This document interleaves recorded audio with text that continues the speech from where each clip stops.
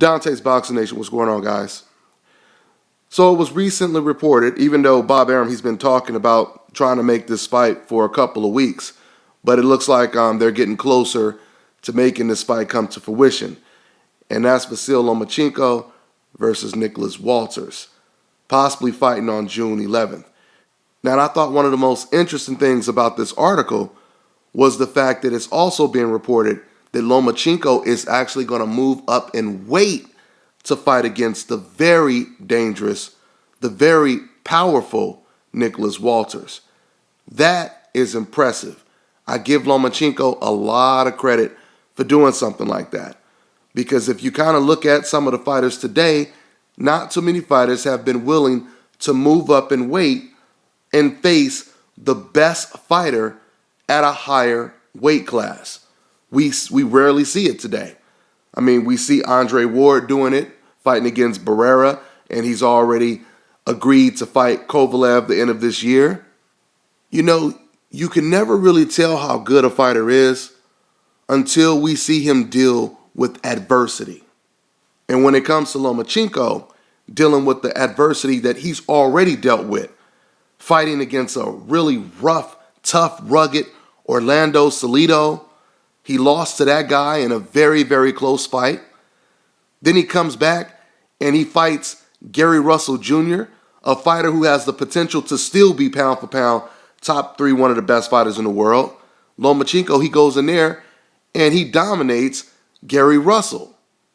Now he's talking about moving up to a higher weight class to fight not just any fighter at 130, but the best fighter at 130, Nicholas Walters.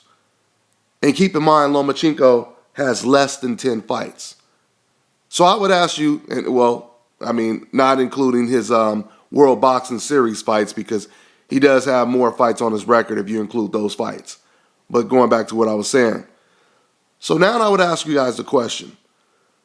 When it comes to Lomachenko versus a Gennady Golovkin, who would you say has dealt with more adversity in their career up to this point? That's a very easy question to answer, right? It's a no-brainer. Of course it would be Lomachenko. Why? Because even though Gennady Golovkin is on this impressive knockout win streak, he has far more fights than Lomachenko. He's been very impressive in the gear that he's been stuck in, but yet at the same time, Golovkin was not willing to move up in weight to fight the best fighter at 168, the best fighter in the world at the time, under Floyd Mayweather, Andre Ward. But Lomachenko, he's willing to do it. Lomachenko is willing to do exactly what Golovkin was not and is not willing to do today. That's why what Lomachenko was doing is so damn impressive. And it's not just Lomachenko and Andre Ward that were willing to do things like this. We can go all the way back to Shane Mosley when he was the lightweight champion. Shane Mosley moved up 2 weight classes so that he could fight the bigger Oscar De La Hoya, who was top 3 pound for pound, one of the best fighters in the world. Guillermo Rigondeaux. Rigo moved up in weight to 122 just to fight the much bigger, stronger Nonito Donaire. And he beat him. I mean, the list just goes on and on and on. You have Adrian Broner, who moved up all the way to welterweight, fought a much bigger, stronger Marcos Maidana. Even though he lost, he was willing to take that risk. And that's what it's all about. It's about taking risk. Floyd Mayweather and Manny Pacquiao moved up 5, 8 weight classes, dealing with adversity during their entire career. This is what it's supposed to be about.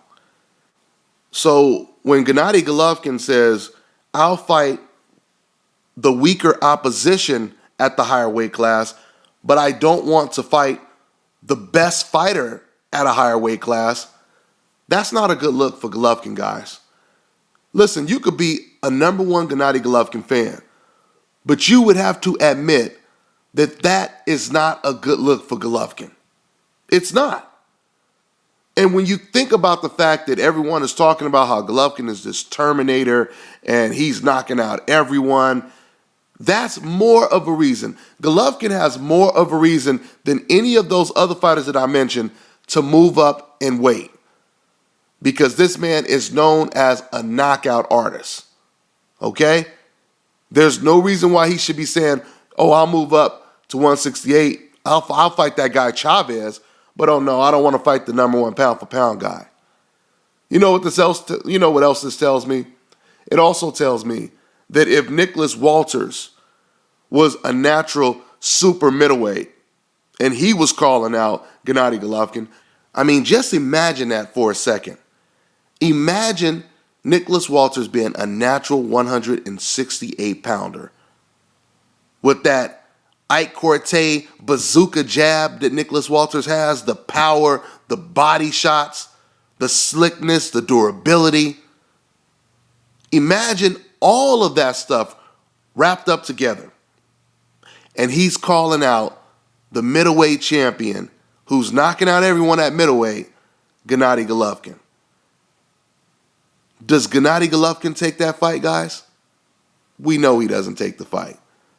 Because if he didn't want to fight Ward, if he doesn't want to fight James DeGale, hell, he doesn't even want to fight a junior middleweight in Erislandy Lara, we know he wouldn't have took a Nicholas Walters fight at 168. We're talking about a guy who's going to probably be stronger than Golovkin. He would definitely be as strong as Golovkin, but because he would be naturally bigger than Golovkin, that would pose serious threats for Gennady. So big props to Lomachenko for taking this fight. I really commend him. This is a good fight. This is a 50-50 fight. I mean, it's hard to really call a winner right now because you just have so many intangibles. I mean, right now, you could probably say Lomachenko is top 3, one of the most technically skilled fighters in the game right now. And that's saying a whole lot. But then you have Nicholas Walters, who brings something different to the table. Nicholas Walters, he brings this raw power with this great jab that he can hit your ass all the way from the red corner to the blue corner. I mean, that jab reaches out like Doslem's arms from Street Fighter. You feel me? So this guy is really impressive. I mean, the fact that you can be an aggressive fighter is one thing. But to be an aggressive fighter and have an excellent jab, that makes you a double threat. Because usually aggressive fighters, they don't have a jab. This man is an aggressive fighter, and he will have a better jab than the guy that he's chasing in the ring. That was the case when he fought against Nonito Donaire. It was the exact same case. Nonito Donaire, he was moving around the ring. He was trying to box. First Donaire, he tried to go power for power with Walters. And then when Donaire got dropped for the first time, that's when he went to plan B and he tried to box. Even when he was boxing, Nicholas Walters was still out jabbing him. Not only was he out jabbing him, but he was beating the shit out of Donaire with nothing but the jab. So that jab is going to be keys to Nicholas Walters' victory. And not only that, but his aggression, his boxing, his inside game, his body shots. So this makes for a great fight, guys. It makes for a great fight. The question is, will Lomachenko's skills and foot movement alone be able to keep the aggressive, possibly even stronger Nicholas Walters off of him? Now we know that as technically sound as Lomachenko is, he did lose to a guy who didn't have anywhere near the skill that Lomachenko has, and that was Orlando Salido. And I truly attribute that to the fact that Loma making that transition from amateur to pro wasn't fully acclimated to the pros, to the real pro different style of fighting. He wasn't used to fighting a rugged type of aggressive Mexican style type fighter straight from Mexico to just come in and just bully you, walk through your punches and continue to throw punches all over your body, just all over you like a cheap suit. I don't think he was used to that at the time. I still don't think he is. I know people may say, oh, he's gotten experience, but he hasn't fought an Orlando Salido since he lost to him. So you can't really say that now he's better. What Loma should have did, as far as I'm concerned, is he should have gave Salido a rematch, or he should have at least avenged his loss. That would have told him a lot more about himself as well. But he didn't do that. So once again, we don't know how he deals with that type of pressure and aggression. So we'll see. We'll see. But once again, man, I'm still not picking a winner because Lomachenko is still a beast with the hands. His foot movement, his angles are ridiculous. His combinations, he's technically sound. So this makes for a great fight. So I'll talk more about this fight once it's official. And that's pretty much all I got for now. I'm on to the next one.